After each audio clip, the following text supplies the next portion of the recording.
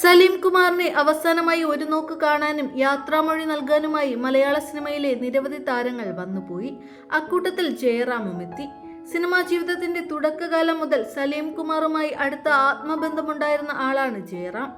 നിരവധി സിനിമകളിലും സ്റ്റേജ് പരിപാടികളിലും ഒന്നിച്ച് പ്രവർത്തിച്ചിട്ടുള്ള ആളുകൾ. നിറഞ്ഞ കണ്ണുകളോടെയാണ് പ്രിയ സുഹൃത്തിന്റെ അടുത്ത് ജയറാം എത്തിയത്.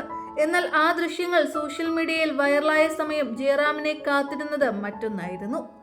അടുത്ത ദിവസങ്ങളിലായി സൈബർ ലോകത്ത് കടുത്ത വിമർശനങ്ങൾ ഏറ്റുവാങ്ങുകയായിരുന്നു ജയറാം. വീണ്ടും നടന്റെ വീഡിയോ എത്തിയതോടെ സൈബർ ആക്രമണങ്ങൾക്ക് ആക്കം കൂട്ടി. നേരത്തെ ശ്രീനിവാസന്റെ മരണാനന്തര ചടങ്ങിൽ എത്താതിരുന്നതിനാലും ജയറാം പഴികേട്ടിരുന്നു. തമിഴ്നാടിനോടാണ് താല്പര്യമെന്ന തരത്തിൽ തമിഴ് മാധ്യമത്തിലെ അഭിമുഖം മലയാളികൾക്കിടയിൽ വൈറലായപ്പോഴും ജയറാം എയറിലായി.